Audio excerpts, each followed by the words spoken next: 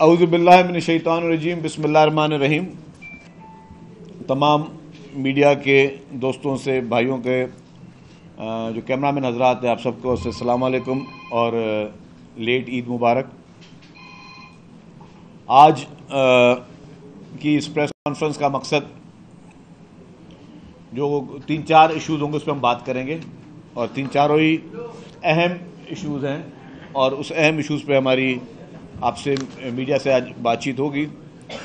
खुसूसी तौर पर मैं समझता हूं कि जो पाकिस्तान में इस केयर टेकर गवर्नमेंट में जो लॉ एंड ऑर्डर की सिचुएशन पे थोड़ी हम बातचीत करेंगे कि जो नई डेवलपमेंट हुई है वाक़यात पूरे मुल्क में और खुसूसी तौर पर अगर अमन अमान की बात सिंध में हो तो उसमें मैं कहूँगा कि पाकिस्तान के पास अल्हम्दुलिल्लाह ताकतवर तरीन फोर्सेस मौजूद हैं जो कि अंदरूनी और बैरूनी भी कर रहे हैं और लॉ एंड ऑर्डर की सिचुएशन जो है उसको भी सही तरीके से टैकल कर रहे हैं। चाहे वाक़यात खैबर पख्तूनख्वा में हो, पंजाब में हो, बलूचिस्तान में हो, सिंध में हो, हर जगह पे हमारी लॉ इन्फोर्समेंट एजेंसीज़ ने, चाहे उसमें फ़ौज हो, रेंजर्स हो, पुलिस हो, सब बहुत ही एक अच्छे तरीके से उन तमाम चीज़ों को फेस कर रहे हैं। पूरे पाकिस्तान का लॉ एंड ऑर्डर का इशू है, सिर्फ सिंध का नहीं है, लेकिन जैसा मैंने कहा कि जैसे ही केयर टेकर गवर्नमेंट आई उसमें कुछ ज़्यादा इनके फिगर्स में इजाफा हुआ, लेकिन अब सिंध में मैं समझता हूँ कि जैसे ही पॉलिटिकल गवर्नमेंट आई और एक्शन लिए हैं तो काफ़ी हद तक कमी आई है, जिसके स्टैटिस्टिक्स भी मौजूद हैं। मैं सिर्फ ये वर्बल बात नहीं कर रहा, इन सारी चीज़ों के मैं फिगर्स भी आपके साथ शेयर कर सकता हूँ। सिंध में कच्चे के इलाके में ऑपरेशन इस वक्त चल रहा है और अब पहले से 100% मैं नहीं कहूँगा कि सेटिस्फैक्ट्री, नहीं, पहले से काफ़ी बेहतर है। आज भी इस वक्त हम जब बात कर रहे हैं तो सिंध के वज़ीर दाखिला ज़िया हुसैन लंजार साहब और IG सिंध गुलाम नबी मेमन साहब इस वक्त भी उन इलाकों में मौजूद हैं। कल भी वो शिकारपुर वगैरह मौजूद थे, आज भी घोटकी में मौजूद हैं। कच्चे के इलाकों में वो खुद हर चीज़ को विज़िट भी कर रहे हैं। गुज़श्ता 15 रोज़ में घोटकी, कश्मोर, शिकारपुर ज़िला में 13 मगवियों को बाजियाब कराया गया है। 13 जो लोग अगवा हुए थे उनको पिछले 15 दिनों में घोटकी, शिकारपुर, कश्मोर में 13 मगवियों को बाजियाब कराया गया है। घोटकी, कश्मोर में और कश्मोर में 8 और शिकारपुर में 3 मगवी जो हैं वो बाजियाब कराए गए हैं। एक नई टर्मिनोलॉजी यूज़ होती है, हनी ट्रैप जिस तरह किया जाता है। 6 अफराद को हनी ट्रैप के ज़रिए अगवा होने से बचाया गया है।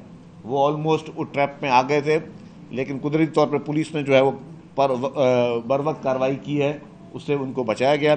इस वक्त भी जब हम बातचीत कर रहे हैं, पुलिस और रेंजर्स की जानिब से कच्चे में जो है वो टारगेटेड एक्शन जारी है और वो एक्शन काफ़ी दिनों से चल रहा है और ये कंटिन्यू चलता रहेगा। तो ये सारी जो चीज़ें हैं ये इस वक्त चलती रहे, ये कंटिन्यू हैं और इंशाल्लाह कच्चे के हालात जो हैं वो अल्हम्दुलिल्लाह काफ़ी हद तक उनमें बेहतरी आई है और यही इसकी कंटिन्यूटी रही इंशाल्लाह तो कच्चे के हालात में जल्दी हम लोग काबू भी पा लेंगे। अब मैं आ जाऊँ स्ट्रीट क्राइम पर। स्ट्रीट क्राइम पर अप्रैल की शुरुआती 15 दिन में कराची में पुलिस के हाथों 11 मुकाबले हुए और उसमें 11 स्ट्रीट क्रिमिनल्स जो हैं वो मारे गए हैं। सिर्फ अप्रैल की मैं बात कर रहा हूँ और आज 16 अप्रैल है ग़ालिबन, तो इन 16 दिन में कुल 11 लोग जो हैं वो पुलिस से मुकाबले मारे गए हैं। 60 ज़ख्मी हालत में गिरफ़्तार किए गए हैं क्रिमिनल्स। मजमूई तौर पर इस अप्रैल में 104 क्रिमिनल्स को गिरफ़्तार किया है सिंध पुलिस ने कराची से। गाड़ियों की चोरी में मुलविस 85 मुल्ज़मान को गिरफ़्तार किया गया, कार लिफ्टर्स जो हैं। उसके अलावा मुख्तलिफ मुल्ज़मान से 246 पिस्टल्स, 1 राइफ़ल, 2 शॉटगन और 2 दस्ती बम भी मिले हैं।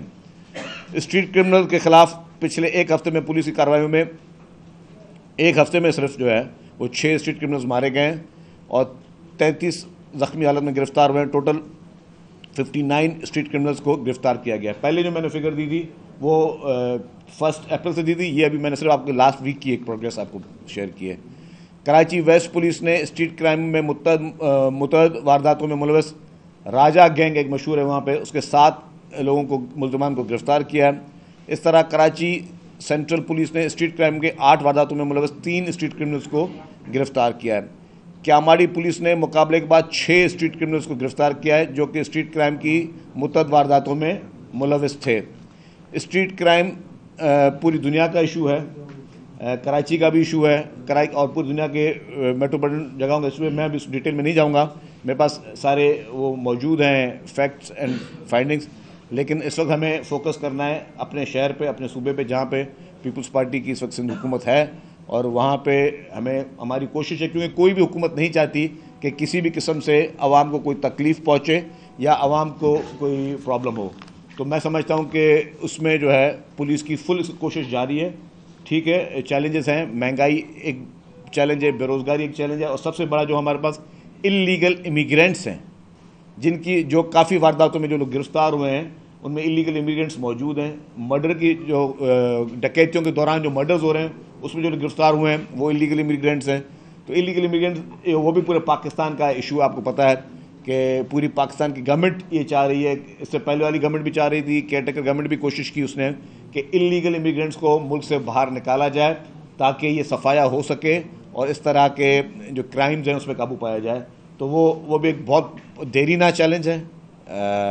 वो पुरानी अफगान वॉर से वो हम सबको उसको फेस कर रहे हैं, लेकिन उस पर भी कोशिश हो रही है कि इन सारे क्राइम्स पे काबू पाया जाए। मैंने जिस तरह कहा कि कोई भी हुकूमत नहीं चाहती कि जी हुकूमत के लिए बदनामी का बायस बने कोई भी स्ट्रीट क्राइम या कोई भी अगवा डकैती, लेकिन डेफिनेटली मुआशरे में कुछ जो इशूज़ हैं उस पर हमने बड़ी सीरियसनेस के साथ, हाँ कोताही तब होनी चाहिए जब आप देखें कि जी आप एक इशू है और गवर्नमेंट सो रही हो, गवर्नमेंट कोई एक्शन नहीं ले रही तो फिर कोताही है। अगर गवर्नमेंट आराम से बैठी हुई है और उसको इग्नोर कर रही है फिर कोताही है। गवर्नमेंट लापरवाही से काम ले रही है फिर कोताही। लेकिन अगर गवर्नमेंट की सीरियसनेस, मैं बता रहा हूँ कि इस वक्त भी ईद के दिनों से नए होम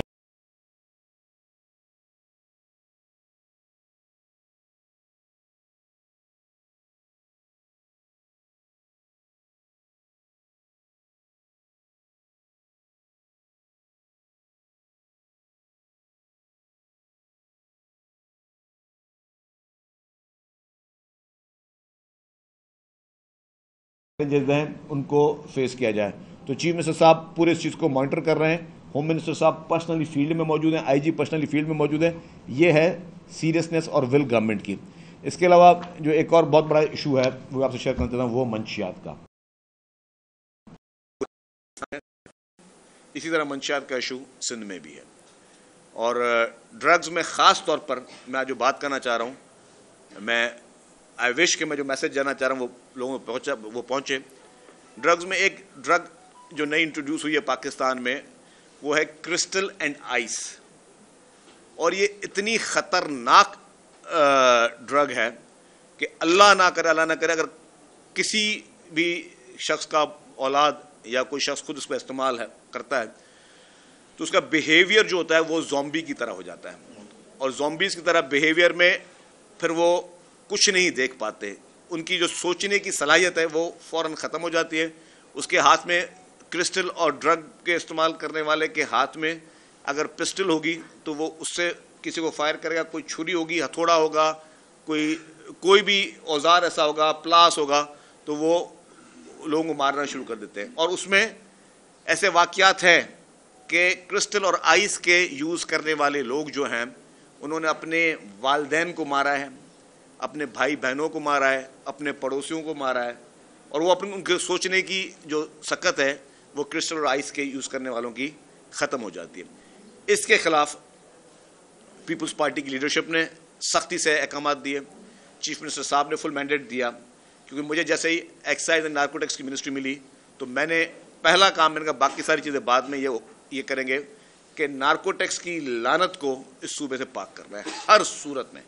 और उसमें मैंने कहा कि मुझे पार्टी की लीडरशिप की मुकम्मल तौर पर ब्लेसिंग शामिल है, चीफ मिनिस्टर साहब की मुकम्मल तौर पर ब्लेसिंग शामिल है, और फिर हमने एक्साइज एंड नारकोटिक्स डिपार्टमेंट ने इस काम को शुरू किया है, और इस पर ज़ीरो टॉलरेंस है। जिस तरह बाकी चीज़ों पर है, इस पर सख्ती से ज़ीरो टॉलरेंस है। और इसमें मैं शुक्रगुजार हूँ कि हमने एक्शन शुरू किया सिंध पुलिस का, खुसूसी तौर पर चीफ मिनिस्टर साहब का, उनसे इजाज़त लेके ये काम शुरू किया।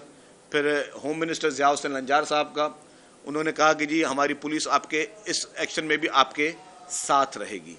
तो ये एक नेकी का काम है। इसमें मैं आपको बता दूं, मैं तमाम वालिदैन से गुजारिश करूंगा कि जितने भी आपकी औलाद हैं, मेहरबानी करके अपने बच्चों की बिहेवियर पे नज़र रखें, उनके दोस्तों पे नज़र रखें, वो कहाँ उठ रहे बैठ रहे हैं उस पर नज़र रखें। हमने मेरी बहुत और अहम मीटिंग्स भी कुछ सिविल सोसाइटी से होने जा रही हैं, आज भी कुछ हैं, कुछ कल भी हैं। हम स्कूल्स के प्रिंसिपल से भी मुलाकातें करेंगे।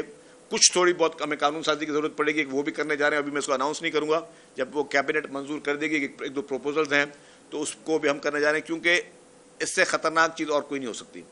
ये समझे कि आप एक सुसाइड बॉम्बर्स पैदा कर रहे हैं अगर इस तरह के क्रिस्टल और आइस के यूज़ करने वाले इस सोसाइटी में जिस तरह जितनी स्पीड में आ रहे हैं।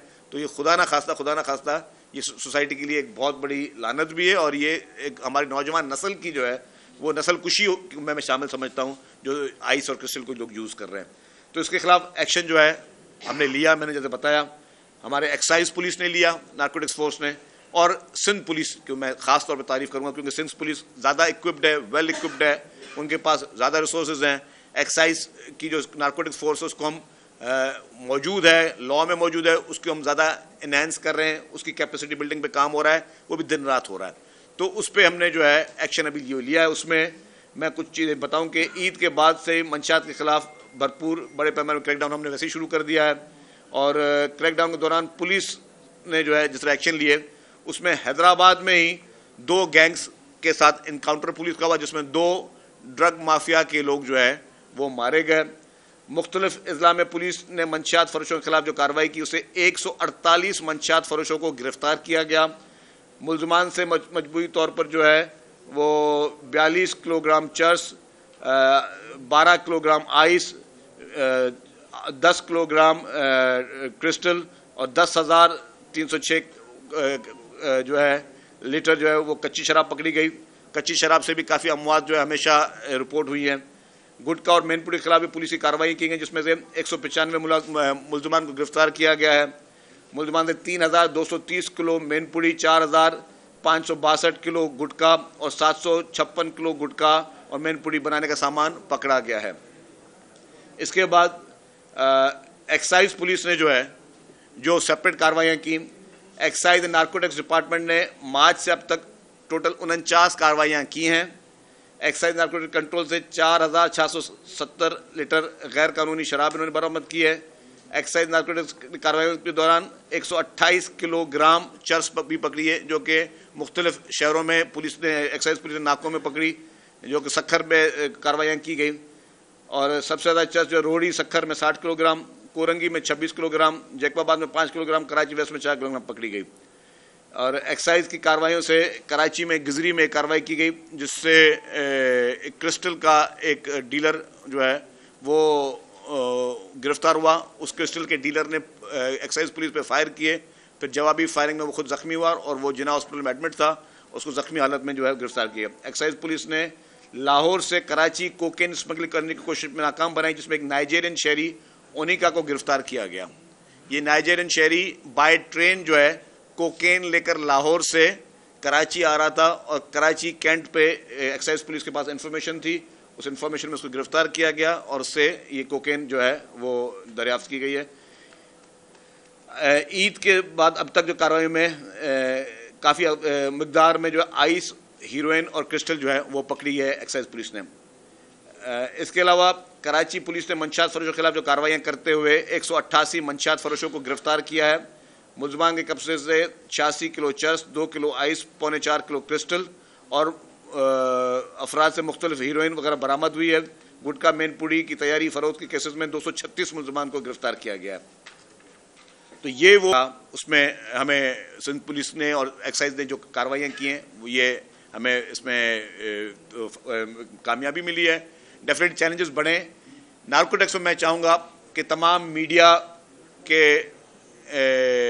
हाउसेस, सिविल सोसाइटी इस मुहिम में हमारे साथ चले, क्योंकि जब मेरी ईद के दूसरे दिन भी हमने मीटिंग की है। ईद के दूसरे दिन नए सेक्रेटरी एक्साइज थे और हैदराबाद में मीटिंग हुई, DIG हैदराबाद, पुलिस और सारे एक्साइज डिपार्टमेंट के जो DGs थे वो मौजूद थे। उन सबसे मैंने एक बात कही, मैंने कहा जी कि ड्रग्स के लिए आपने ज़ीरो टॉलरेंस करना है, क्योंकि जैसा मैंने कहा कि अगर ये ज़ॉम्बीज़ हमने ज़्यादा पैदा कर लिए तो फिर ये एक बहुत बड़ा सिक्योरिटी रिस्क हो जाएगा पूरे मुआशरे के लिए। और मैंने कहा कि आज अगर आप शुक्र करें और हम शुक्र करें कि हमारी औलादें क्रिस्टल और आइस में नहीं है आज दिन तक, कल का कुछ नहीं कह सकते। तो ये आपको मैं गारंटी दे दूं, अगर इसको हमने नहीं रोका तो उनकी औलादें जो होंगी आपकी वो 100% ये क्रिस्टल और ड्रग ये इसमें आइस में होंगी। तो इसको पूरे मुआशरे ने, इसमें मुझे मीडिया की भी हेल्प चाहिए, सहाफ़ी, हमारे क्राइम रिपोर्टर्स, हमारे बाकी सहाफ़ी, आपको जहाँ जहाँ पे इन चीज़ों की खबर मिलती है, हमने इश्तिहारी मुहिम भी चलाई है, उसमें हमने टोल फ्री नंबर्स दिए हैं अखबारों में, टीवी चैनल्स में। बराए मेहरबानी उन टोल फ्री नंबर्स में हमें वो सारे डेटाज दें ताकि हम इस तरह की कार्रवाई कर सकें। लास्ट में एक चीज़ मैं दूंगा ट्रांसपोर्ट के प्रोजेक्ट्स की, कि ट्रांसपोर्ट में as a transport minister, Peoples Party leadership, chairman Bilawal Bhutto Zardari साहब, प्रेसिडेंट आसिफ अली जरदारी साहब और चीफ मिनिस्टर सैयद मुराद अली शाह साहब की खुसूसी हिदायतों पर ट्रांसपोर्ट प्रोजेक्ट्स को आगे लेके जाया जा रहा है। मोहतरमा फरियाल तालपुर साहिबा ने ख़ास तौर पे कहा कि ख़वातीन के लिए जो पिंक बसेज़ हैं उसके जो है नेटवर्क को बढ़ाया जाए। और वो खुद उनकी वो ख्वाहिश थी कि जी, क्योंकि ख़वातीन की तरफ से बहुत अच्छा फीडबैक आ रहा है पिंक बसेज़ का, तो मोहतरमा फरियाल तालपुर साहिबा ने जो है वो ख़ास तौर पर कहा कि जी इसको आप नेटवर्क को बढ़ाएं। तो उसमें अभी हम मीरपुर ख़ास में 20 अप्रैल को, मतलब 2-3 दिन के बाद 20 अप्रैल को हम जैसे पहले वादा किया था, मीरपुर ख़ास में पीपल्स बस सर्विस का आगाज़ करने जा रहे हैं। और इंशाअल्लाह ताला जिस तरह कराची में, हैदराबाद में, लाड़काना में और सक्खर में पीपल्स बस सर्विस चल रही है, अब पीपल्स बस सर्विस जो है वो मीरपुर ख़ास में भी शुरू होने जा रही है। और उसके अलावा कराची में ख़वातीन के लिए जो मखसूस पिंक बस सर्विस है वो भी जो है 19 अप्रैल से वो शुरू करने जा रहे हैं हम। कराची में 20 तारीख को मीरपुर ख़ास का प्रोग्राम है, लेकिन 19 अप्रैल को, मतलब आज से 2 दिन बाद, कराची में मज़ीद 2 रूट शुरू करने जा रहे हैं। नई फ्लीट बसेस की जो है पिंक बस सर्विस की सिर्फ जो ख़वातीन के लिए मखसूस हैं उसमें उनमें 2 नए रूट्स का इजाफा 19 अप्रैल को किया जा रहा है। और इसी महीने हमारी ख्वाहिश है कि जो आपकी ऑरेंज लाइन BRT है और ग्रीन लाइन BRT है, उसका एक कनेक्शन मिसिंग था। शुरू में ये भी तनकीदें आती थी कि जो ऑरेंज लाइन और इसको आपस में इंटीग्रेशन नहीं है, तो उसके लिए हम free of cost shuttle service चलवा रहे हैं कि जो भी पैसेंजर ऑरेंज लाइन का है वो free of cost green line तक पहुंच सके और वो उसके कोई पैसे चार्ज नहीं होंगे।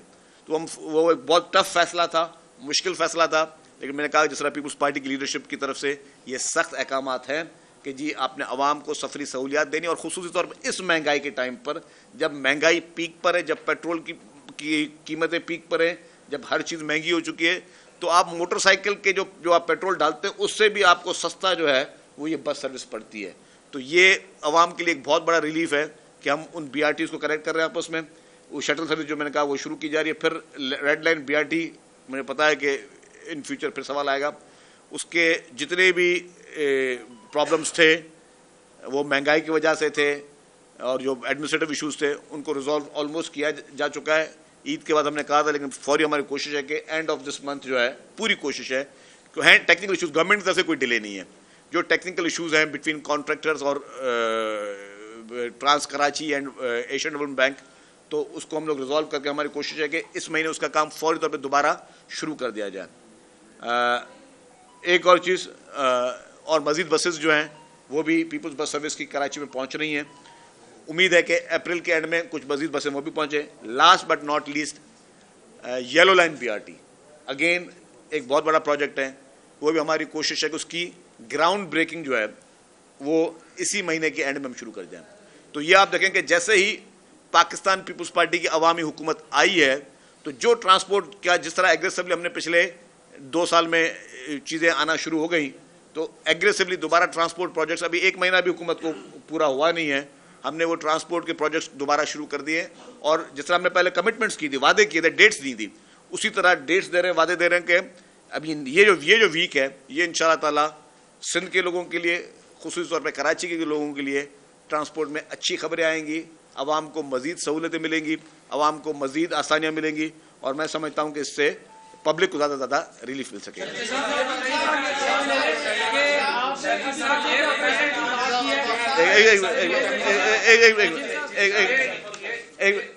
ये बताइएगा कच्चे वाला जो मसला है का ये क्या है कि वहाँ पे कबायली सरकार जो है वो भी एक आंसर है। ये वो कबायली जो सरदार है उन सरदारों से बात सिंध हुकूमत क्यों नहीं करती कि भाई इन लोगों के हथियार करवा। देखिए जी, अच्छा मैं एक बताऊं, कोई भी इन्वॉल्व, जीरो टॉलरेंस पे काम चल रहा है, जीरो टॉलरेंस चल रहा है, कोई भी इसमें इन्वॉल्व होगा उन डाकुओं की सरपरस्ती में या लॉ एंड ऑर्डर को खराब करने में, उसके खिलाफ जीरो टॉलरेंस पे हुकूमत एक्शन लेगी। आम तासर ये है कि दुनिया के बाकी शहर महफूज हैं, कराची सबसे ज्यादा यहाँ पर क्राइम हो रहा है, क्या वजह है कि कराची इतना महफूज नहीं है? बाकी मुल्क के दारुल हुकूमतें महफूज हैं, क्या वहाँ डकैता जो है वहाँ नहीं है या यहाँ ज्यादा आपने पैदा किया? अरबाब साहब, आपका सवाल जो है उस मेरे पास डेटा वो भी मौजूद है, रिकॉर्ड वो भी मौजूद है। मैं जानबूझ के वो बात नहीं कर रहा था क्योंकि फिर उसको फिर मीडिया नेगेटिव लेती है कि अगर मैं वो कंपैरिजंस करना शुरू कर दूं। हकीकत यह है कि हुकूमत की जिम्मेदारी है लॉ एंड ऑर्डर को मेंटेन करना, वो हमारी टॉप प्रायोरिटी। लेकिन अगर फैक्ट्स में जाऊं, जो जिस तरह आपने सवाल किया, तो मेरे पास वो फैक्ट्स मौजूद हैं कि आज भी दुनिया में इंटरनेशनल क्राइम इंडेक्स में 333 मुल्कों में पाकिस्तान का नंबर 78 है। 333 कंट्रीज की जो क्राइम इंडेक्स है उसमें पाकिस्तान का नंबर जो है वो 78 है। तो मतलब 77 मुल्क और हैं जिनके शहरों में क्राइम कराची से ज़्यादा है। मैं शहरों की बात कर रहा हूँ, तो मतलब 77 मुल्क और ही हैं। और उसके बाद उसमें भारत का भी नाम है, यूएसए का भी नाम है, मतलब फ्रांस शायद हमसे ज़्यादा है। मैं अगर आपको मिसाल दे रहा हूँ, फ्रांस हमसे ज़्यादा है। और अगर मैं कुछ, मेरे पास वो डेटा है मौजूद, मैं पढ़ा नहीं चाह रहा था, लेकिन मैं उम्मीद करूँगा कि मीडिया फिर उसको उस नेगेटिविटी में ना ले जाके मैं कोई कंपैरिजन दे रहा हूँ, क्योंकि एक सवाल एक मीडिया की तरफ से आया है, तो फिर मेरा फ़र्ज़ है कि वो इन्फॉर्मेशन जो है मैं शेयर करूँ। अमेरिका के शहर में जो है शिकागो है, एटलांटा है, ह्यूस्टन है, San Francisco, Washington street crime जो है वो कराची से भी ज़्यादा, उसकी पोजीशन ज़्यादा ख़राब है। अगर फ्रांस का दारुल खला जो पेरिस है उसकी क्राइम इंडेक्स जो है वो कराची से ज़्यादा है। इस तरह Dhaka, new Delhi, Kathmandu, Johannesburg, Cape Town में भी क्राइम रेट कराची से आगे। कराची में मैं कहता हूँ कि बिल्कुल स्ट्रीट क्राइम जहाँ होता है भले मीडिया उसको उठाए, लेकिन ये ऐसा तासुर ना हो कि कोई कैंपेन चल रही है, हम कोई कैंपेन चला रहे हो। ठीक है, अब मीडिया काम है निशानदेही करने की। हमने हमेशा क्रिटिसिज्म को पीपल्स पार्टी ने या सिंध गवर्नमेंट ने वेलकम किया। हमने कभी क्रिटिसिज्म को ये नहीं कहा, हमें कहा हमारे इस्लाह के लिए हो। लेकिन अगर मीडिया क्रिटिसिज्म नहीं भी करेगी तो ये नहीं कि हम सो जाएंगे और हमने लॉ एंड ऑर्डर ठीक नहीं करना। हमें लॉ एंड ऑर्डर ठीक करना है। आप एज ए खबर करके ज़रूर चीज़ें चलें, एज ए कैंपेन करके चीज़ें ना चलें। ये मेरी सिर्फ एक इल्तजा है। बाकी यस, मैंने जिस तरह कहा कि मेट्रोपॉलिटन सिटीज़ में, मुझे ये याद है यूके में एक दफ़ा मैं जरीदा पढ़ रहा था, एक दिन में सिर्फ लंदन में 500 मोबाइल फ़ोन जो वो छिने गए। तो मतलब ये पूरी दुनिया में कंपेरिजन, और मैं इस कंपेरिजन को मैं फिर बता रहा हूँ, आपके सवाल के जवाब में मैंने अरबाब साहब ये बात कही है, लेकिन मैं ये इसलिए कंपेरिजन नहीं दे रहा हूँ कि मैं कोई बरी जिम्मा हूँ या सिंध गवर्नमेंट बरी जिम्मा है या सिंध गवर्नमेंट की कोई जिम्मेदारी नहीं है। ये हमारी रिस्पॉन्सिबिलिटी है। एक एक वाक्य को ठीक करना है, उसको एड्रेस करना हमारी रिस्पॉन्सिबिलिटी है। ये रिस्पॉन्सिबिलिटी हमारी। कुछ लोग जो हैं वो मारे जाते हैं कराची में, उनके लवाकिन के लिए सिंध हुकूमत कोई पॉलिसी बना रही? क्योंकि बहुत सारे ऐसे वाकयात भी हुए जिसमें फूड डिलीवरी वाले या गरीब बंदे भी मर गए हैं, उनके कोई कंपनसेशन के हवाले वो कह रही है कि शहरों में डकैत जो है वो गाँव से लाएं।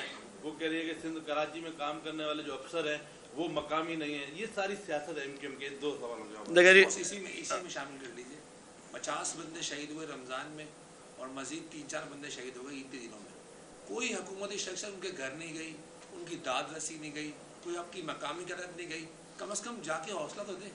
ऐसा भी क्यों नहीं हो रहा? देखिए जी, मैं आपको दोनों के सवाल मैंने सुने और बड़ी तफसीली में बताऊं कि जी आपका बिल्कुल पॉइंट ठीक है कि जहाँ पे अगर कोई स्ट्रीट क्राइम में कोई शहरी अगर किसी का इंतकाल हो जाता है, शहादत हो जाती है, तो उसकी कंपनसेशन पे डेफिनेटली हम उस पर गौर करेंगे। और ये this is a very valid and good point, और इसको हमें एड्रेस करना चाहिए।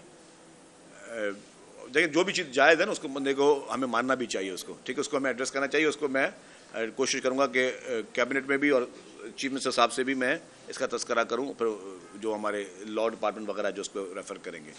जहाँ तक दूसरी बात आपने एमक्यूएम की बात की, एमक्यूएम के पास ये तासुब की बातें करने के सिवा बाकी बचा क्या हो, लेकिन एमक्यूएम ने सीखा कुछ नहीं है। इस इंतखाबात के अगर रिज़ल्ट एमक्यूएम देख ले तो मैं समझता हूँ कि एमक्यूएम को वाकई तौर पर जो है वो समझ जाना चाहिए कि वो आज कहाँ खड़े हैं उनकी अवाम में पजीराई कहाँ है? उनकी इसी तासुब की बातों की वजह से आज उनकी बहुत बुरा हाल है एमक्यूएम का अशर है। ठीक है, लॉ एंड ऑर्डर पे बाकियों को कंसर्न्स हैं, एमक्यूएम भी करती है, कोई पार्टी करेगी, हमें उसको हम वेलकम करते हैं। ठीक है, जहाँ पे इशू हम कहते हैं ठीक है हम उसको एड्रेस करने तैयार हैं, लेकिन अगर उसको एज ए सियासी टूल पे एमक्यूएम ने इस्तेमाल करना है कि अब हम सोचेंगे, अब अपना लाए अमल देंगे, भाई जो उन्होंने लाए अमल आपने देना वो दे दें। आपके लाए एमक्यूएम के लाए अमल की परवाह नहीं है, अवाम के एक एक ग्रीवेंसेस की हमें परवाह है, अवाम के एक एक इशू की हमें परवाह है, अवाम को अगर कोई तकलीफ है उसकी हमें परवाह है। लेकिन अगर एमक्यूएम ने सिर्फ पॉलिटिक्स करने के लिए, सियासत करने के लिए, तासुब की सियासत करने के लिए चीज़ें करनी है, तो उसकी मैं समझता हूँ कि वो अवाम को भी पता है कि एमक्यूएम अभी कहाँ खड़ी हुई है, तो उसकी हमें इतनी वो इशू नहीं है। अच्छा, मैं एक मुबारकबाद भेज दूंगा आपके एक रिपोर्टर ताहिर साहब को, ये 5 मरतबा माशाल्लाह जो है वो मैराथन रेस जीते, तो आप पूरी मीडिया सहाफ़ी को डॉन के ऊपर मैं मुबारकबाद काजी साहब क्रिस्टल की उसकी बात की, तो वो जैसे आपने बताया कि लाहौर से वो आ रही थी, तो वो ये बनती कहाँ पे है और यहाँ पे रूट्स कौन से हैं जहाँ पे जो सिंध में आती है, खासतौर पर कराची में आती है। दूसरी ये कि जो आपने गिरफ्तारियों की बात की है, अक्सर पुलिस या जो भी है वो केसेस बहुत कमजोर बनाते हैं और यही मुलजमान जो है वो थोड़े अरसे के बाद अदालतों से रिहा हो जाते हैं। फायदा क्या होगा इसका सर? देखें जी, जो पुलिस का काम है और हुकूमत का काम, हुकूमत अपना काम करेगी। जो अदालतों का काम है उसमें डेफिनेटली हम करेंगे, अपने लॉ डिपार्टमेंट की कोशिश के वो भी बात करें ऑनरेबल एडवोकेट जनरल साहब से और प्रोसिक्यूटर जनरल साहब से कि वो भी इस चीज़ को टेकअप करें कि जी इस तरह के लोगों को इतनी जल्दी बेल्स नहीं मिलनी चाहिए जो इस तरह के हीनियस क्राइम्स में मुलव्वस है। देखें बात सुने, ये क्या, ये जहर बेच रहे हैं, ये समझें कि आपके पास एक एंथ्रेक्स टाइप की चीज़ बेच रहे हैं जिसमें जो भी इसको यूज़ करे वो उसका खैर नहीं है। इसको हमने रोकना है एज ए सोसाइटी। जहाँ से आ रही है डेफिनेटली यहाँ नहीं बन रही है ये जहाँ से भी इस तरह की ड्रग्स आ रही है उसके लिए मेरी पर्सनली भी बातचीत हुई है।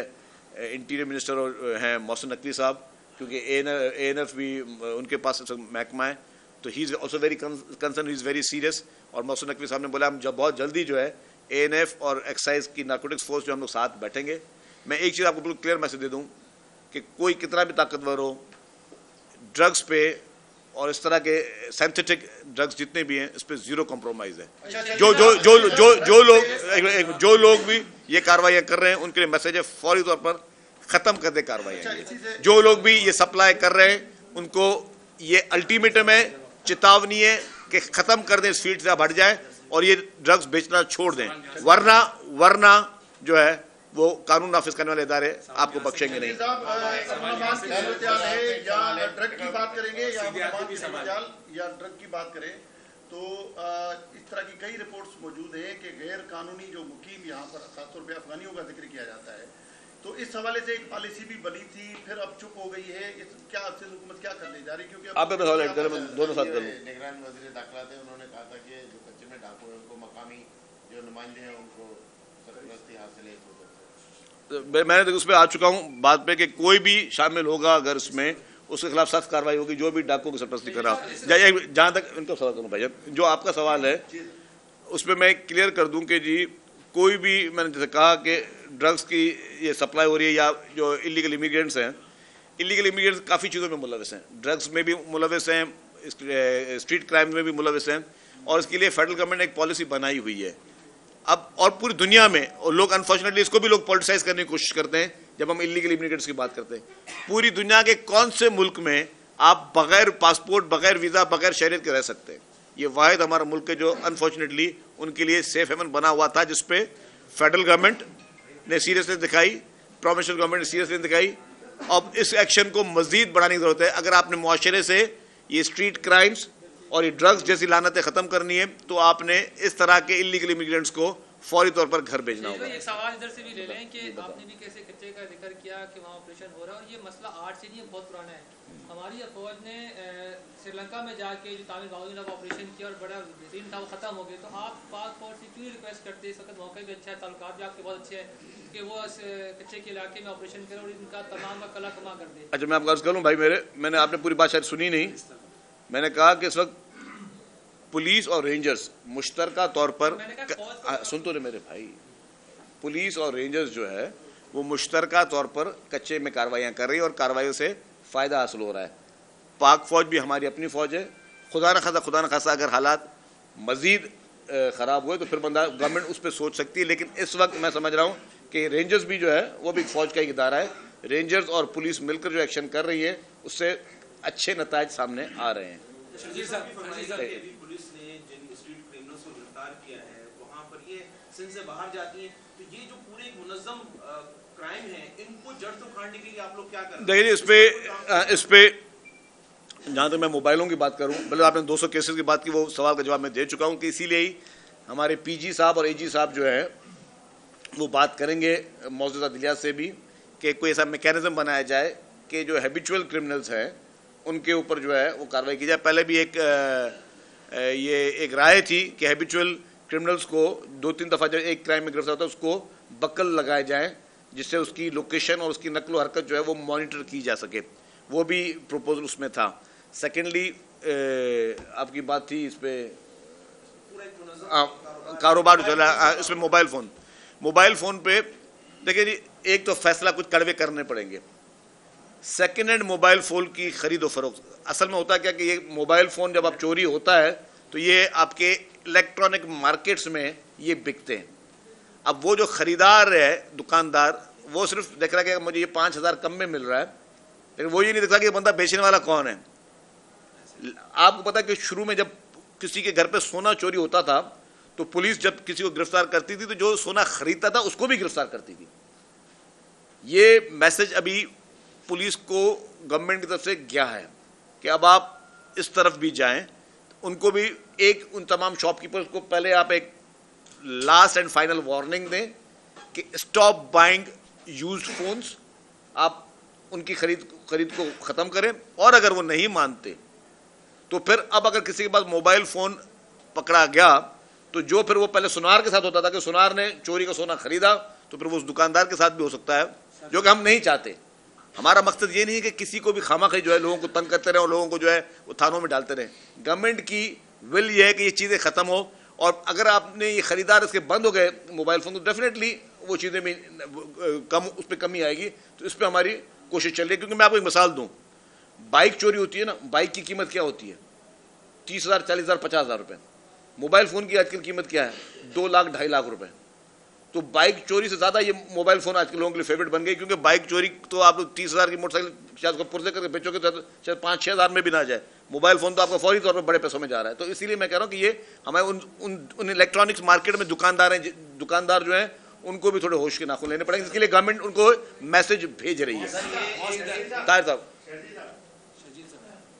मैं कह रहा हूँ ट्रांसपोर्ट पे एक सवाल ले लें जी। आपने कहा येलो लाइन का मंसूबा शुरू कर रहा हूँ, पहले ही रेड लाइन आज़ाद बना हुआ है, काम उस पर रुका हुआ है, बारिश हो गई थी, बड़े प्रॉब्लम हो गए, एक हिस्सा।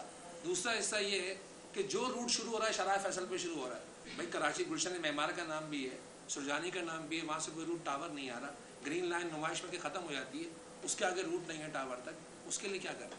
देखिए जी, एक सवाल मेरे से भी ले लें, बाकी उसे 2-3 ले लीजिएगा। अच्छा जी, ओके। ये सिंध गवर्नमेंट ने जो है वो डिमांड की है फेडरल गवर्नमेंट से कि कॉटन की प्राइस जो है सपोर्ट प्राइस उसको बढ़ाया जाए, और इतना ही है कि 20% जो है वो कमी हो रही है कॉटन की कल्टीवेशन। तो इस सिलसिले में सिंध हुकूमत क्या किस तरीके से जो है वो फेडरल गवर्नमेंट से किस फोरम पे? देखिए, आपका बहुत रिलेवेंट क्वेश्चन है, इसलिए 1 मिनट मैं इनकी इजाज़त दे दूँ भाई को। देखिए, ट्रांसपोर्ट के जितने भी प्रोजेक्ट्स मैंने बताया इनको कि नए नए रूट शुरू हो रहे हैं। आपकी बात ठीक है, शारा फैसल मेन आर्टरी है, वरना मलीर से भी बसें चल रही हैं, वो भी शारा फैसल पे चल रही हैं। बाकी जगहों गुलशन हदीद से बसें चल रही हैं, वो भी शारा फैसल पे आ रही हैं। तो गुलशन जोर से बसें चल रही हैं, वो भी आ रही हैं। तो सारे जो है वो मेन इस आर्टरी में जमा हो रही है और टावर तक जा रही है। लेकिन हमारी जो नई BRTs हैं वो उनके रूट्स जो है बिल्कुल डिफरेंट है, तो उससे आवाम को हर जगह इंशाल्लाह फ़ायदा होगा। जब आपकी कॉटन की बात है, कमोडिटीज़ के लिए ये विजन सिर्फ पीपल्स पार्टी का ही था। जब मोहतरम आसिफ अली जरदारी साहब 2008 में सदर पाकिस्तान बने, तब गंदम पाकिस्तान इंपोर्ट करता था। मोहतरम आसिफ अली जरदारी साहब ने पहले किसानों को ये रिलीफ दिया, बोला जी गंदम की एक सपोर्ट प्राइस, एक फिक्स प्राइस रखें ताकि लोग गंदम की काश्त करें और पाकिस्तान को गंदम जो है वो इंपोर्ट करनी ना पड़े। और वो फार्मूला इस तरह कामयाब हुआ कि पाकिस्तान गंदम को एक्सपोर्ट करना पाकिस्तान ने शुरू किया 2008 से 2013 के टाइम में, इसी पॉलिसी की वजह से। अब तो आपने कॉटन बात की, डेफिनेटली हमारे पास टेक्सटाइल का बहुत बड़ा सेक्टर इस मुल्क में इंडस्ट्री के में मौजूद है। कॉटन की अगर शॉर्टेज हो रही है तो डेफिनेटली उसकी प्राइस की वजह से ही हो रही है। देखिए काश्तकार जो है ना, काश्तकार तो एक मासूम है, उसने सिर्फ उगाना, उसको आप बाय गन पॉइंट पे कुछ नहीं कारोबार करवा सकते किसी को भी, किसी को भी आप गन पॉइंट पे कारोबार नहीं करवा सकते। काश्तकार को अगर फायदा होगा तो वो काश्त लगाएगा, और ये पॉलिसीज बनाना गवर्नमेंट का काम होता है, और यही एक अच्छी गवर्नमेंट होती है, यही अच्छी गवर्नेंस होती है जो पॉलिसीज इस तरह बनाए कि आपके मुल्क की इकोनॉमी चल सके। लेट सपोज अगर आज खुदा न खासा सारे लोग कॉटन को उगाना बंद कर दें तो आपकी टेक्सटाइल मिल्स कहाँ पहुंचेंगी। डेफिनेटली अगर सिंध गवर्नमेंट की ये बात है तो वो इसीलिए ही है, हम चाहते हैं कि सपोर्ट प्राइस हो कि ताकि इसकी बम्पर क्रॉप हो। बम्पर क्रॉप होगी तो लोग इस चीज़ पे आएंगे, कॉटन की तरफ आएंगे, और फिर आपके टेक्सटाइल मिल के लिए भी वो फायदा होगा। इसी तरीके से गंदम जो है, इस साल भी गंदम की बम्पर क्रॉप है, अल्हम्दुलिल्लाह गंदम की वाफर मिकदार है। अगर गवर्नमेंट ये 4000 रुपये जो रेट हमने रखे थे, जो कि उस वक्त लोगों ने बड़ी तनकीद की, फेडरल गवर्नमेंट ने तनकीद की थी, उस वक्त भी ये PDM की गवर्नमेंट थी, उन्होंने तनकीद की, पंजाब गवर्नमेंट ने तनकीद की कि यार आप 4000 रुपये रख रहे हैं गंदम की प्राइस, जबकि जो है इससे हमारे नुकसान पड़ेगा। लेकिन हुआ क्या कि फिर उसी फेडरल गवर्नमेंट ने 9000 रुपये की इंपोर्टेड गंदम खरीदी, जो कि इस काबिल भी नहीं होती जो पूरे खाई जा सके, उसमें भी मिक्स करनी पड़ती है लोकल गंदम। 9000 रुपये की उन्होंने खरीदी, और हमने अगर 4000 रुपये में अपने किसान को फायदा दिया, तो आज उसका फायदा ये है कि गंदम वाफर मिकदार में बम्पर क्रॉप है। अनफॉर्चुनेटली अगर इसको ये नहीं किया जाता तो कल को गंदम उगाना भी लोग बंद कर देंगे। तो आपने अपने मुल्क को के क्राइसिस को देखना है, चैलेंजेस को देखना है, और वो सिर्फ एक पॉलिटिकल अच्छी लीडरशिप ही वो फोर्स ही कर सकती है कि आपने किस तरह मुल्क की इकोनॉमी का पहिया चलाना है, किस तरह मुल्क के इन मसाइल को आपने देखना है। जमाली साहब, टैक्स के हवाले से सवाल है, आपका डिपार्टमेंट है, तो यहाँ बंदरगाह हैं जिनसे आपको इंफ्रास्ट्रक्चर सेल्स टैक्स मिलना है, तो ये IIE फंड आपको मिलता है, कितना होता है, डेवलपमेंट पे खर्च होना है, ये कहाँ पे खर्च होता है, इसके बारे में देखो। हमारा एक सेल्स टैक्स का मसला जो है, सेल्स टैक्स का, वो सुप्रीम कोर्ट में पेंडिंग है, जिसमें बिलियंस ऑफ रुपीस सिंध हुकूमत के जो है वो इस वक्त कोर्ट के उसमें पोजीशन में। हम चाहते हैं कि उसका मेरिट पे जल्द से जल्द फैसला हो, मेरी अपील होगी। और अब मैंने आते ही नए सेक्रेटरी साहब को भी मैंने ये कहा है कि फौरी तौर पर उस केस को परसू करें, ताकि वो पैसे सिंध का हिस्सा सिंध की तरफ आ सके।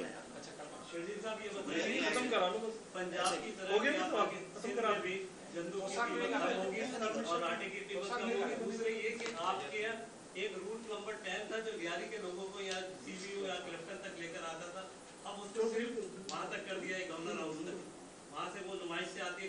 नहीं, देखिए CBO की तरफ अलग रूट चल रहे हैं, लियारी की तरफ अलग रूट चल रहा है। ठीक है, लास्ट कर। अच्छा सॉरी रमजान में तकरीबन 60 अफराद को कत्ल कर दिया गया स्ट्रीट क्राइम के अंदर। सर इसमें एक जो थे वो कानून नाफिज करने वाले इदारे के अफसर भी थे। देखने में यह आया है कि जो भी हाई प्रोफाइल केस होता है उसके मुलजिमान को फौरी तौर पर गिरफ्तार कर लिया जाता है, अभी भी ऐसा ही हुआ। लेकिन जो दीगर शहरी सर इसमें मारे गए स्ट्रीट क्राइम में, उनके कितने कातिल जो है अब तक पकड़े गए, कितनों को सलाखों के पीछे किया गया, इस बारे में बताएगा। दूसरा सर, कराची ऑपरेशन शुरू हुआ था 2013 सितंबर में, उससे पहले क्राइम इंडेक्स पे कराची का जो नंबर था वो 20 से नीचे था। उसके बाद जब ये ऑपरेशन स्टार्ट हुआ 116 तक गया, अभी आप बता रहे हैं 78। तो आप इसको कराची ऑपरेशन को और तमाम तर कार्रवाइयों को इससे किस तरीके से रेट कर? मेरे सवाल का जवाब आपने खुद दे दिया। मैं बोलो 78 नंबर पे हम लोग, तो 22 से 78 पहुंचे, तो ये इसमें जितना लेट नंबर है वो फायदे में, आपके जितना कम नंबर वो फायदे में नहीं है। ये आपने उसको दूसरी इंटरप्रिटेशन की है इसकी। खैर, जहाँ तक आपने बात की हाई प्रोफाइल केस की, मैंने भी बताया कि पुलिस ने कितनी कार्रवाइयाँ की हैं, कितने क्रिमिनल गिरफ्तार किए। सिर्फ इस अप्रैल के महीने में सैकड़ों लोग गिरफ्तार हुए हैं और रिकवरीज भी हुई हैं। तो ज़रा पुलिस डे नाइट काम कर रही है। ज़रा कोई केस जल्दी डिटेक्ट हो जाता है, कोई केस थोड़ा लेट डिटेक्ट होता है, लेकिन पुलिस की नीयत ठीक है। लास्ट कुछ आपका करना है। जब कराची में क्राइम होता है, रेंजर्स को लाया गया था कराची में क्राइम को रमना के सुधार किया। अब तो मैं कराची पीपल्स पार्टी के हैं, वाटर बोर्ड उनके पास तक, तो गैर कानूनी कनेक्शन का मामला खत्म हो गया। तो अब क्या ऑफिशियली आपने रेंजर्स को मैसेज कीजिए कि वाटर बोर्ड के पानी के हाइड्रेट्स के मामले में आप लोग अब मदाखलत ना करें, हमारा एक डिपार्टमेंट पूरा मौजूद है। दूसरा ये कि जो आपने मंशियात की बात की, उसकी एक बड़ी आवाज़ का तालीमी इदारा है, लेकिन जब से 18वीं तरमीम हुई है तालीमी, आज तक सिंध हुकूमत किसी एक तालीमी बोर्ड में कंट्रोलर और सेक्रेटरी नहीं लगा सकी आज तक, ना कोई चेयरमैन बर वक्त लगा सके। किसी यूनिवर्सिटी में आप लोग वाइस चांसलर नहीं लगा सके। तो ये मतलब आप लोग इख्तियार तो ले लिए थे, लेकिन आज तक आप इख्तियार को मुकम्मल नहीं कर सके। दूसरे के जो तारकिन वतन थे, इनके हवाले से पॉलिसी थी कि 15 अप्रैल को इनका भेजने का दूसरा मरला शुरू होगा। क्या वो शुरू हो गया या उसको एक्सटेंड कर दिया? आपने 3 सवाल पूछे, पूरा इंटरव्यू कर लिया। मैं आपको मुख्तसर चीज़ों में जवाब दूंगा। जहाँ तक वाटर बोर्ड का इश्यूज़ हैं। वाटर बोर्ड में इलीगल कनेक्शन के खिलाफ काम चल रहा है। मेयर कराची भी बड़ी मेहनत के साथ काम कर रहे हैं और उन्होंने दिन रात, आप उनको सड़कों पे भी देख रहे हैं, उनकी कोशिश भी यही है कि जो इस तरीके से इलीगल काम है वो ख़त्म हो, चाहे वो इलीगल कनेक्शन हो। और इलीगल कनेक्शन अनफॉर्चुनेटली मुझे कहना पड़ रहा है कि मैं खुद ये मिनिस्ट्री रह चुका हूँ कि बड़े बड़े नाम फैक्ट्रियों के जो कि इलीगल कनेक्शन जो है अपने फैक्ट्री के कोई 200 300 मीटर नीचे ज़ेर ज़मीन जो है वो यूज़ कर रहे हैं। दूसरा आपका सवाल था, नहीं, अगर जहाँ हमें ज़रूरत पड़ती है, देखिए रेंजर्स जो है वो हमारे इस मुल्क की फ़ोर्स है, जहाँ हमें ज़रूरत पड़ती है हम उनकी मदद लेते हैं और मज़ीद भी ज़रूरत पड़ी हम उनकी मदद लेंगे। खुदा न खास्ता किसी गैर मुल्क से हम नहीं मांग रहे, हमारी अपनी एक मुल्क का हिस्सा है। तालीमी बोर्ड के अपॉइंटमेंट का है वो मुझे इसकी ऑनेस्टली स्पीक इतनी वो नहीं है, लेकिन मुझे पता है कि वाइस चांसलर सिंध हुकूमत लगाती है और वाइस चांसलर लगते भी। Thank you.